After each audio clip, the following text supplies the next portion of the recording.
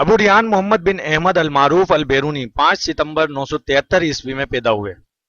وہ ایک بہت بڑے محقق اور سائنسدان تھے۔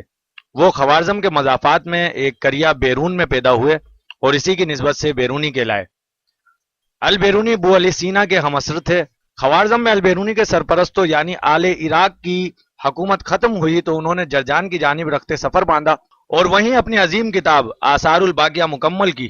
حالات سازگار ہونے پر البیرونی دوبارہ وطن لوٹے اور وہیں دربار میں عظیم مسلمان سائنسدان ابو علی سینا سے ملاقات ہوئی۔ ابو ریحان البیرونی شروع ہی سے قدرتی مناظر کے دل دادا تھے۔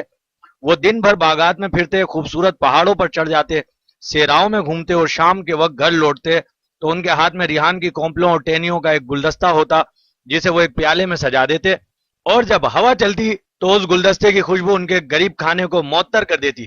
ان کی ماں ان کو اسی لیے ابو ریحان کے گھر پکارتی تھی۔ البیرونی کے والد ایک چھوٹا سا کاروبار چلاتے تھے، لیکن ان کی ناگہانی موت کی وجہ سے البیرونی کی ماں اپنے لیے اور اپنے بیٹے کے لیے جنگل سے لکڑیاں جمع کر کے روزی کمانے پر مجبور ہو گئی۔ اس کام میں البیرونی اپنی ماں کا ہاتھ بٹاتے تھے۔ ایک روز البیرونی کی نباتات کے ایک یونانی عالم سے ملاقات ہو گئی۔ البیرونی نے اسے ایک باغ میں پھول توڑتے اور جنگل کے درختوں کے نیچے پودوں کو کاٹتے دیکھا تو اس یونانی حکیم کے پاس پہنچ کر احتجاج کرتے ہوئے کہنے لگے، جناب آپ ان پھولوں کو کیوں توڑ رہے ہیں اور پودوں کو کیوں کاٹ رہے ہیں؟ کیا آپ میری طرح ان کو کاٹے بغیر اور انہیں زندگی سے محروم کیے بغیر ان کی تصویریں نہیں بنا سکتے؟ یہ سن کر یونانی حکیم ہنس پڑا اور کہنے لگا، بیٹے میں ان پھولوں اور پودوں کو علم کی خاطر جمع کر رہا ہوں۔ ان پودوں اور پھولوں سے ہم بیماریوں کے علاج کے لیے دوائیں تیار کرتے ہیں۔ یہ سن کر البیرونی بہت خوش ہوئے۔ ارے واہ، آپ تو نباتات کے عالم ہیں۔ یونانی حکیم نے پیار سے کہا، ہاں میرے بیٹے، میرا خیال ہے تمہیں پھولوں اور پودوں سے بہت محبت ہے۔ البیرونی نے کہا، میں تو تمام قدرتی مناظر سے محبت کرتا ہوں۔ ستاروں، درختوں، پودوں، پھول، پہاڑ، ٹیلے اور وادیاں مجھے سبھی پسند ہیں۔ وہ یونانی حکیم البیرونی کو روزانہ تعلیم دیتا رہا اور نباتات کا علم سکھاتا رہا۔ اس وقت البیرونی کی عمر 11 سال تھی۔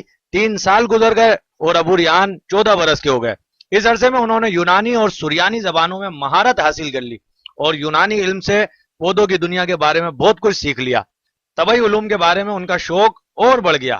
یونانی حکیم اپنے وطن یونان لوٹنے سے پہلے البیرونی کو فلکیات اور ریاضی کے عالم اور خوارزمی خاندان کے شہزادے ابو نصر منصور علی کی خدمت میں لے گئے۔ ابو نصر نے البیرونی کے لیے الگ گھر تعمیر کرایا اور وظیفہ بھی مقرر کیا۔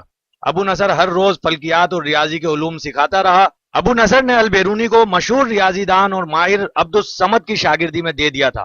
آئیے اب ہم آپ کو البیرونی کے کارنامے بتاتے ہیں۔ البیرونی نے علم ریاضی، علم ہیئت، تاریخ اور جغرافیہ میں ایسی عمدہ کتابیں لکھی جو اب تک پڑھی جاتی ہیں۔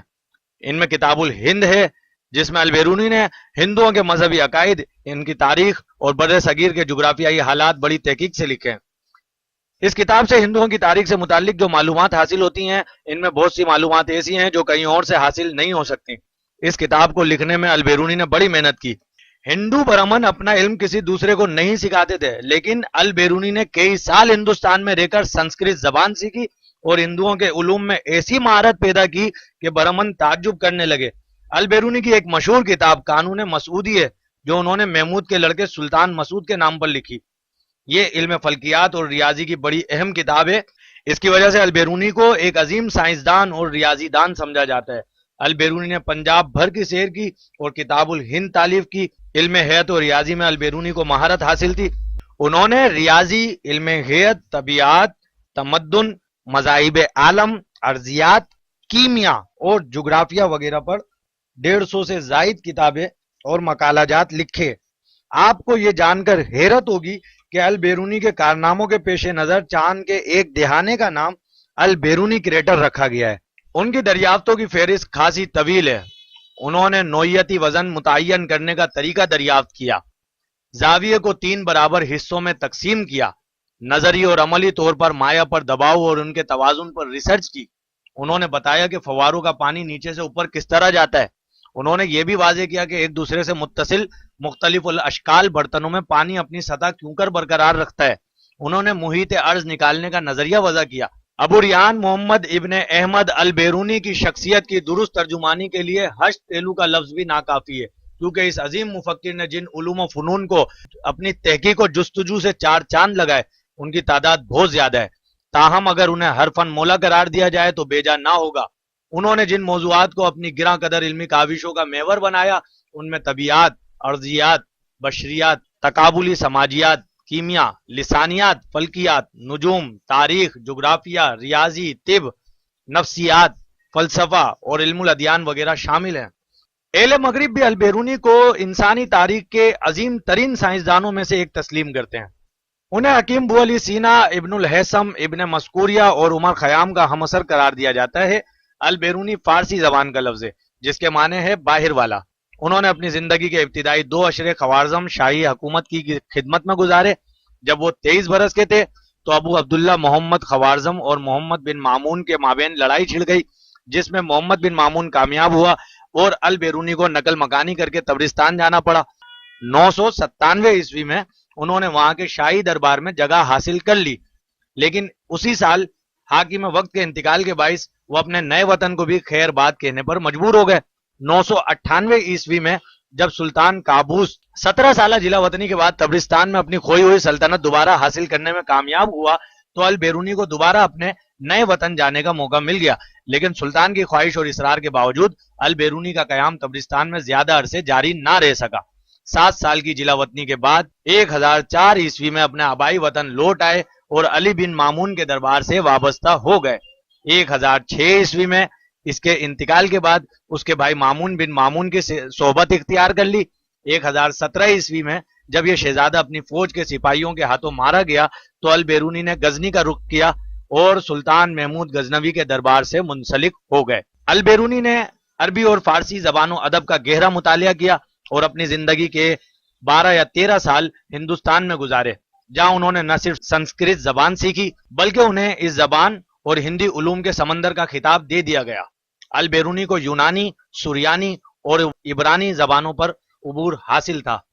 علم و ادب کی دنیا میں ان کا مقام بہت بلند ہے۔ وہ اپنی بے لاگ تحقیق، بے باک تنقید، منفی تجزیے، ادبی جرأت اور اصابت رائے کی بدولت علمی حلقوں میں اپنا منفرد مقام رکھتے ہیں۔ البیرونی کی سوچ میں خیال آرائی کم تھی، تحقیق ان کا ذوق تھا اور وہ اپنے زمانے کے بہترین سائنسی نظریات پر مکمل گرفت رکھتے تھے۔